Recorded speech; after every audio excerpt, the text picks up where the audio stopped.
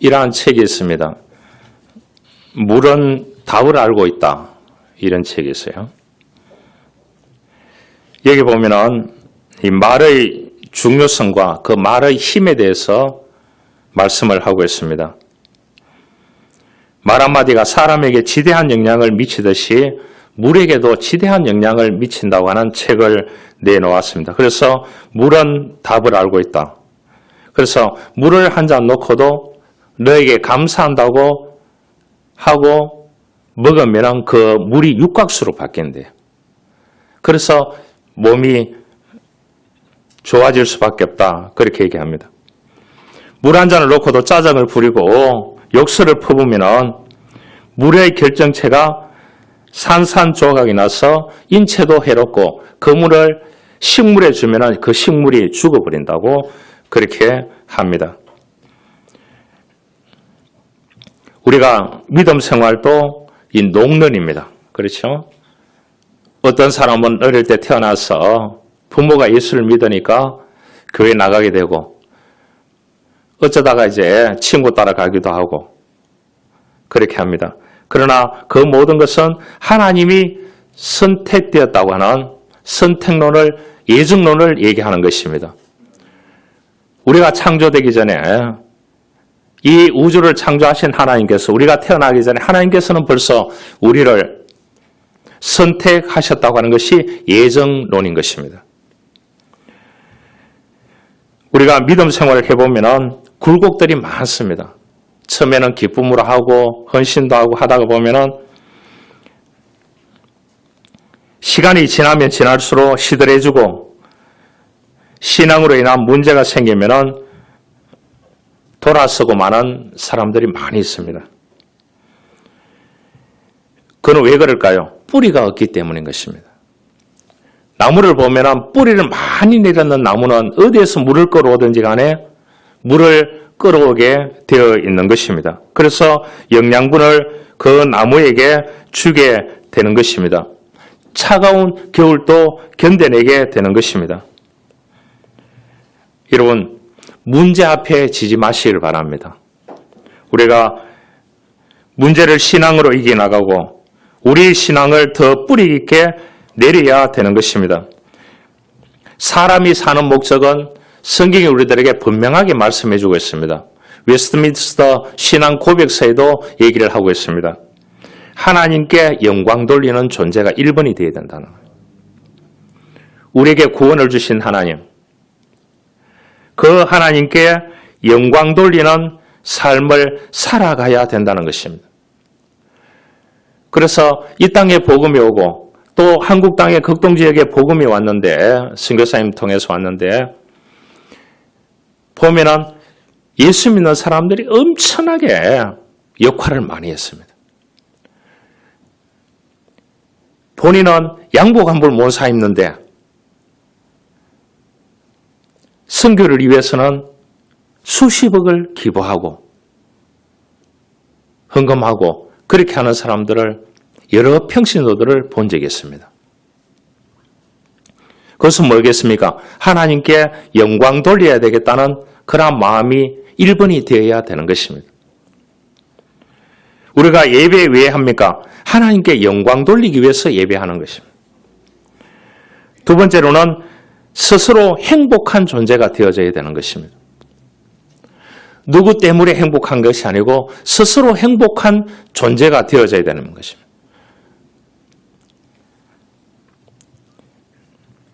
요셉은 형들의 미움을 받아서 갔지만은 10몇 년 만에 자기가 수많은 부분들을 딛고 일어서서 이집트의 총리가 되었습니다. 그래서 흉년이 들었을 때, 그 가족이 왔을 때 그 형들은 두려워 떨었지만은 안심하소서 그렇게 이야기를 했습니다. 왜냐? 요셉이 자신이 행복한 존재가 되어 있었기 때문에 요셉을 통해서 수많은 사람들이 행복한 존재로 나올 수 있었다는 것입니다. 세 번째로는 다른 사람을 살리는 창조적인 존재가 되는 것입니다. 이런 존재로 살기 위해서는 감사하는 마음을 가져야 하는 것입니다. 감사하는 마음을 가지면 하나님께 영광이 되고 자신에게도 행복하고 다른 사람을 살려주는 창조적인 존재가 되어질 수 있는 것입니다. 그래서 성경에서 감사를 제일 많이 한 사람 하면은 다윗입니다. 시편 우리가 150편을 읽어보면은 다윗은 그야말로 하나님께 감사하는 노래로 시와 찬미로 글들로 이루어져 있습니다. 자기 삶 속에서 그랬습니다. 그런데 그 인생 가운데 제일 고난이 많았습니다. 풍파가 많았습니다. 왜 그랬습니까? 이 사람을 장군으로 세우려고 하니까 누가 하느냐? 반대하는 사람이 있는 거예요. 그 누구냐? 누나들 2명이 반대를 하는 거예요. 자기 아들을 세워달라는 거예요. 어떻게 보면은 다윗은 또 저거 하니까 내가 1등 공신이니까 나를 세워달라고 하는.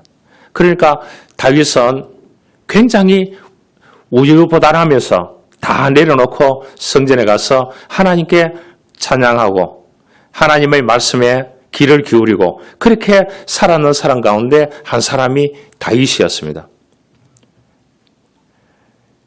신학성에 보면은 그 다음에 중요한 사람이 사도 바울입니다. 이 다윗과 사도 바울은 수많은 환난과 역경 속에 살았음에도 불구하고 항상 하나님의 은혜를 기억하면서 감사를 고백했습니다. 우리 그러잖아요. 용돈을 주면은 저도 그랬습니다. 하나님께 감사합니다. 그러면은 부모가 뭐라고 했느냐? 이 부모에게도 좀 감사하라고. 그때는 이제 신앙생활을 할 때는 무조건 하나님께 감사해야 된다. 이것만 많이 배웠어요. 그러니까 부모는 당연하게 돈을 주는 거지.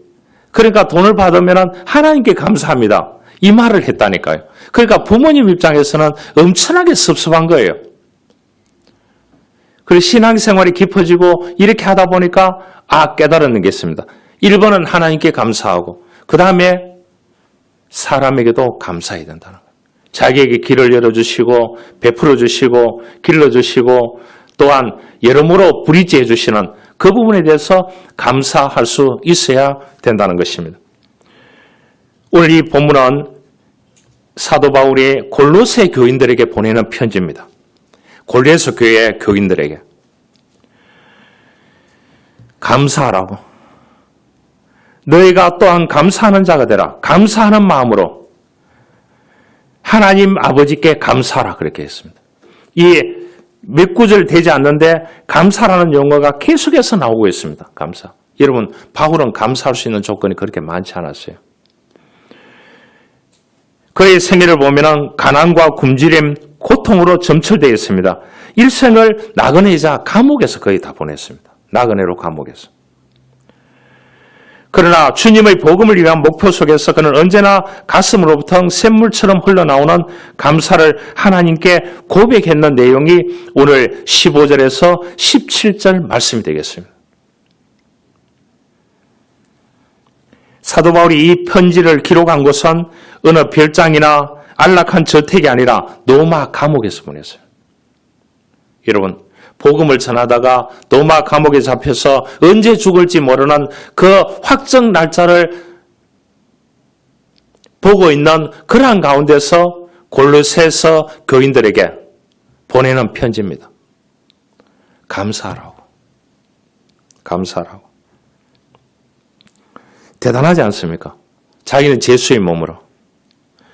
그래서 바울의 생애를 보면 다메섹 도상에서 부름을 받고 난 후에 그는 3년간 아라비아 광야에서 기도했습니다. 자기 고향, 지금 트레케이죠. 거기에 가서 성경을 연구했습니다. 그 다음에 사도행전 13장에 보면 안디옥 교회에서 디아스포라된 유대인들이 모이는 그 교회에서 부름을 받고 거기서 선교 사역을 시작하게 됩니다. 그래서 1차 전도여행, 2차 전도여행, 3차 전도여행까지 다 다녀서 수많은 교회를 세웠습니다. 아시아와 유럽에. 그를 세우는데 얼마나 핍박이 많았겠습니까? 그 당시에 로마가 지배를 하고 있었기 때문에 핍박과 박해계 속에서도 굴하지 않고 최선을 다한 분입니다. 그래서 디모데후서 4장 7절에 보면 그런 말합니다. 내가 선한 싸움을 싸웠다. 그렇게 선한 싸움. 여러분, 우리가 이 땅에 살아가는 동안 고분고분한 삶이 절대로 없습니다. 내 길 가는데 태클 거는 사람이 얼마나 많겠습니까? 또 남 잘 때는 그 꼬라지 못 보는 사람들이 얼마나 많겠습니까? 치열한 싸움이 이 세상에서는 이루어지고 있습니다. 그래서 바울이 고백합니다. 내가 선한 싸움을 싸우고 달려갈 길을 마치고 믿음을 지켰다 그랬어요. 중요한 것은 믿음을 지켰다. 이제 후로는 나를 위하여 의인 인류관이 예비되었다고 얘기합니다. 조용히 자기 일생을 정리해서 하나님 앞에 자기 일생을 마치는 모습입니다. 시작은 기도로 아라비아 광야에서, 그 다음에 그가 복음을 위해서 최선을 다했는 것, 그 다음에 마지막 남은 생에는 하나님께 감사하는 걸로 이렇게 맺었습니다. 여러분, 우리가 기도는 다 합니다. 예배하고. 그 다음에 여러분들의 삶 가운데 최선 다해야 됩니다. 할렐루야. 최선 다해야 됩니다. 마지막에는 하나님께 감사하는 이 세 가지를 결코 잊어서는 안 되는 것입니다. 바울이 골로새 교인들에게 말합니다. 기도하고 그 다음에 최선 다하고 그 다음에 나머지는 감사하면서 주님께 맡겨라는 거예요.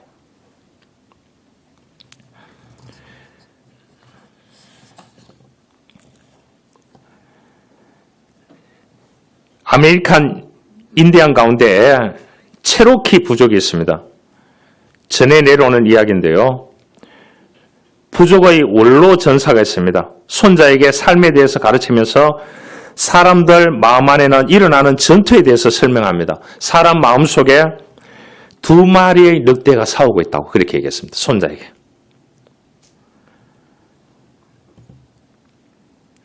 한 마리는 악한 늑대고 이 악한 늑대는 그 마음속에서 분노와 질투와 욕심과 거만함과 우울감이라는 겁니다. 다른 한 마리는 선한 늑대인데 그것은 친절이고 경험이고 공감이고 기쁨이고 평하고 감사라는 겁니다. 그러니까 가만히 듣고 있던 손자가 할아버지에게 물었습니다. 어느 쪽 늑대가 이기는 것입니까? 이렇게 얘기하니까 그 할아버지 인디안 체로키 노인이 그런 말을 했습니다. 너가 먹이를 주는 쪽이 이긴다는 거예요. 먹이를 주는 쪽이. 악한 늑대에게 먹이를 주면은 이 악한 늑대가 선한 늑대에게 이기고 선한 늑대에게 먹이를 주면은 악한 늑대를 이길 수 있다는 겁니다. 이런 그리스도인의 삶의 목적은 감사하는 존재가 되는 것입니다. 감사하는 존재가 될 때 내 자신이 행복하고 하나님께서 내 안에서 이루실 뜻이 이루어지게 되는 것입니다.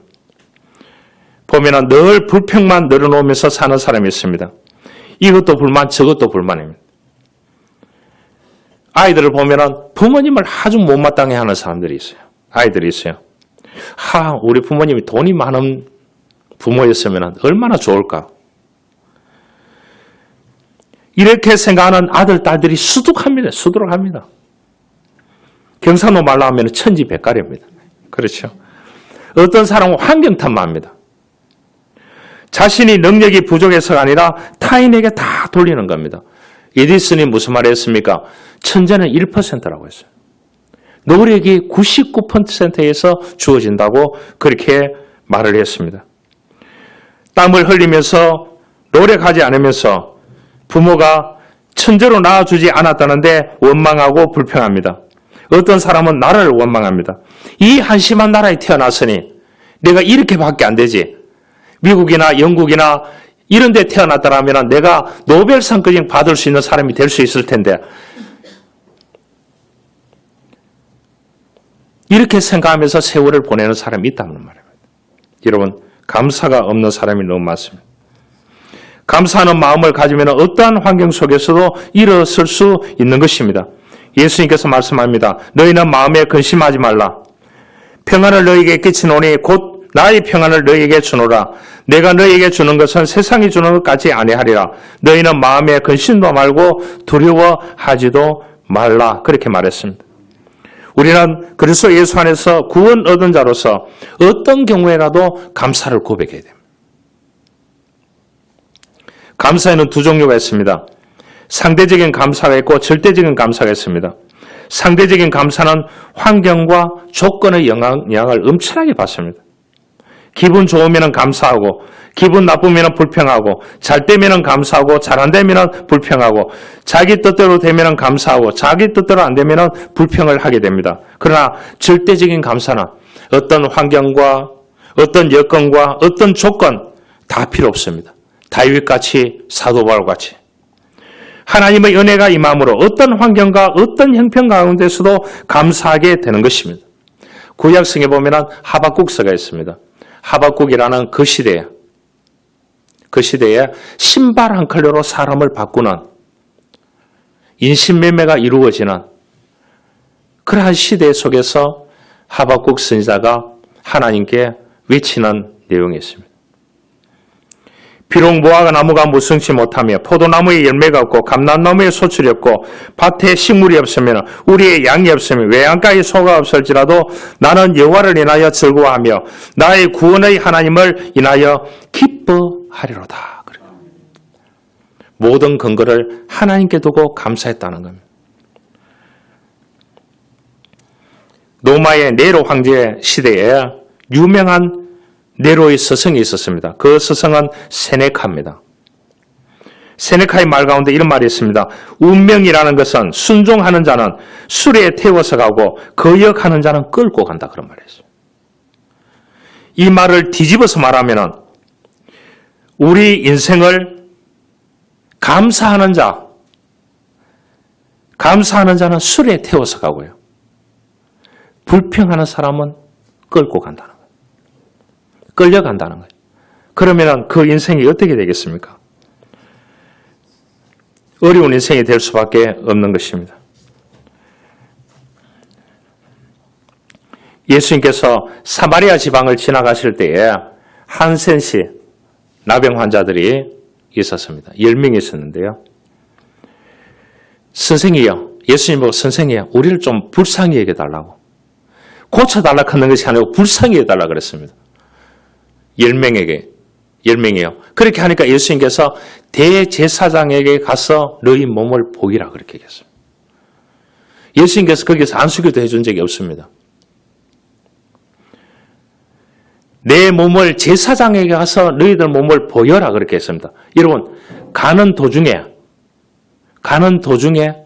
이 한센시 병이 나병이 다 나왔습니다. 그 말은 뭐겠습니까? 주님의 말씀에 믿고 감사하면서 순종하고 갔다는 데 있는 겁니다. 여러분, 제사장에게 가도 못 갑니다. 일반 사람도 제사장에게 가면 어떻게 된다고요? 10m 떨어져야 됩니다. 왜냐?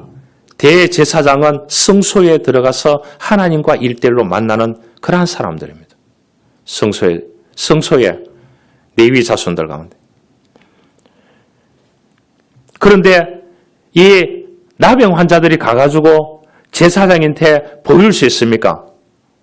그런데 예수님께서 그것을 주문했는데 이 사람들이 제사장에 가서 그 몸을 보일 수 없음에도 불구하고 알매도 불구하고 가고 있는 가운데 나왔다는 거예요. 그래서 나왔는데 그 중에 한 명이 와가지고 예수님께 엎드려서 감사를 고백합니다. 그러니까 뭐라고 얘기합니까? 9명은 어디 갔느냐? 9명은 어디 갔느냐? 그러면서 일어나라.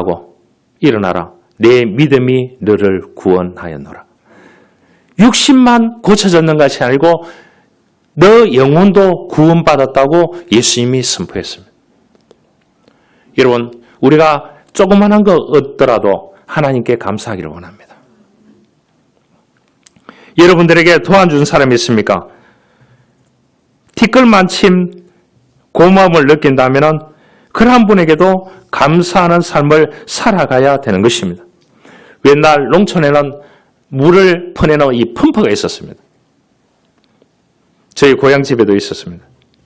펌프를 열심히 한 적이 납니다. 그런데 무엇을 넣어야 됩니까? 거기다 물을 넣어야 펌프에서 물을 끌어올릴 수 있습니다. 그러죠? 여러분, 그러려고 하면 내 마음속에 은혜와 감사의 생수를 한 바가지 마음속에 넣어야 그 감사가 샘물처럼 솟아오를 줄 믿습니다. 예배를 통해서, 찬송을 통해서, 기도를 통해서, 감사를 통해서, 그래서 내 심정이 천국이 되고 주님께 영광 돌리는 삶을 살아가게 되는 것입니다. 시편에 보면 여호와께서 내게 주신 모든 은혜를 무엇으로 보답할고 그렇게 얘기했습니다. 오늘 17절에 말합니다. 또 무엇을 하든지 말이나 일이나 다 주 예수 이름으로 하고 그를 힘입어 하나님 아버지께 감사하라고 했습니다. 이것은 인간관계를 말합니다. 사람들을 만날 때마다 일로 살려주고 말로 살려줄 수 있습니다. 상대의 무엇인가 은혜를 받았을 때 감사합니다라고 말하면 그 사람을 살려주게 되는 것입니다. 감사하면서 살아갈 때 일의 능률이 오르게 되는 것입니다. 독일에 흉년이 들었는데 이 부자인 이 한 어른이 그 동네 아이들에게 매일 빵을 나눠주는 겁니다. 학교를 마치고 와가 저녁 식사 때쯤 되면 빵을 트럭에 싣고 가가지고 공원에서 빵을 나눠주는. 그 아이들이, 어려운 아이들이 다 오는 거예요. 그 빵을 한 개씩만 가져가라 그러게. 그런데 그 빵을 다 가져가고 마지막에 가져가는 손녀가 있었는 거예요. 그것도 한 개를 가져가서 동생하고 나누어 먹는 거예요. 그럼 며칠을 보니까 이 소녀는 늘 기다리는 거예요. 그래서 이제 빵을 그 신사 노인이 호주머니에다가 빵을 넣어놨는 거예요. 빵 안에다가 뭐냐? 금 은하를 6개를 넣어놨는 거예요. 그거를 팔면은 엄청난 재산이 되는 거예요. 그런데 그거를 그 아이에게 줬는데 또 먹으려고 하니까 은하가 들어있는 거예요. 그래서 이 할아버지를 찾아왔는 거예요. 이 안에 은하가 들어있다고. 이건 내 것이 아니라고. 그래서 너는 기다리고 또 이 빵을 받아서 감사합니다라고 이렇게 말하는 사람은 너밖에 없다고. 너에게 주는 선물이라고. 그렇게 얘기했다고. 여러분, 종이 울릴 때까지는 종이 아닙니다. 사랑을 사랑할 때까지는 사랑이 아닙니다. 그리고 축복은 감사할 때까지 그것은 축복이 아니라는 것을 알아야 됩니다. 여러분, 축복받기를 원하십니까? 하나님께 감사하기를 원합니다. 할렐루야. 이러한 믿음이 있기를 원합니다. 우리가 이 땅에 살아가는 동안 감사할 일이 굉장히 많이 있습니다. 그러죠? 전 세계적으로 기부의 왕이라 하면 지금 이 시대에 폴 마이어라는 사람이 있어요. 이 사람은 좋은 습관 24가지를 얘기했는데 그 좋은 습관 24가지 가운데 첫 번째가 뭐냐? 첫 번째가 뭐냐? 감사라고 얘기했습니다. 무엇을 일을 하는데 준비하더라도 감사로 준비해야 된다는 겁니다.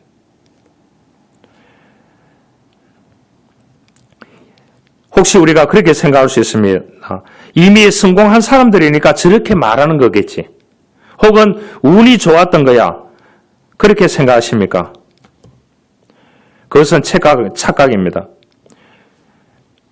이미 위대한 사람이라서 저렇게 말하는 것이 아니고 저렇게 말할 수 있어서 그렇게 행동해왔기 때문에 위대한 사람이 될 수 있다는 겁니다.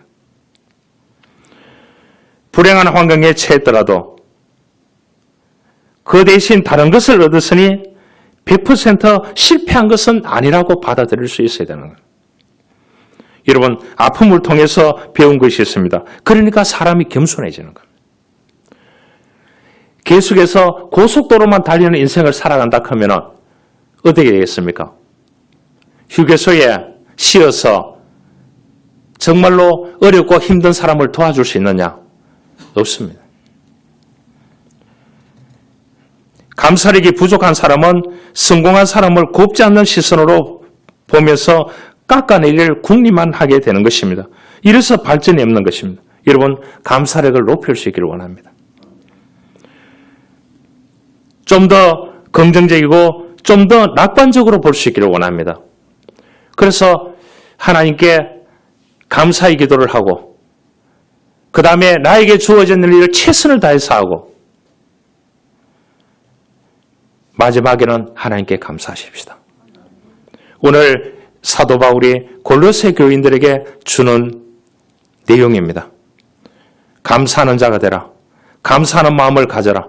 하나님 아버지께 감사하라고 했습니다. 이러한 은혜가 있기를 주님의 이름으로 축원합니다. 하나님 감사합니다. 이 가을에 추수감사절을 앞두고 하나님께 감사하는 자가 되기를 원합니다.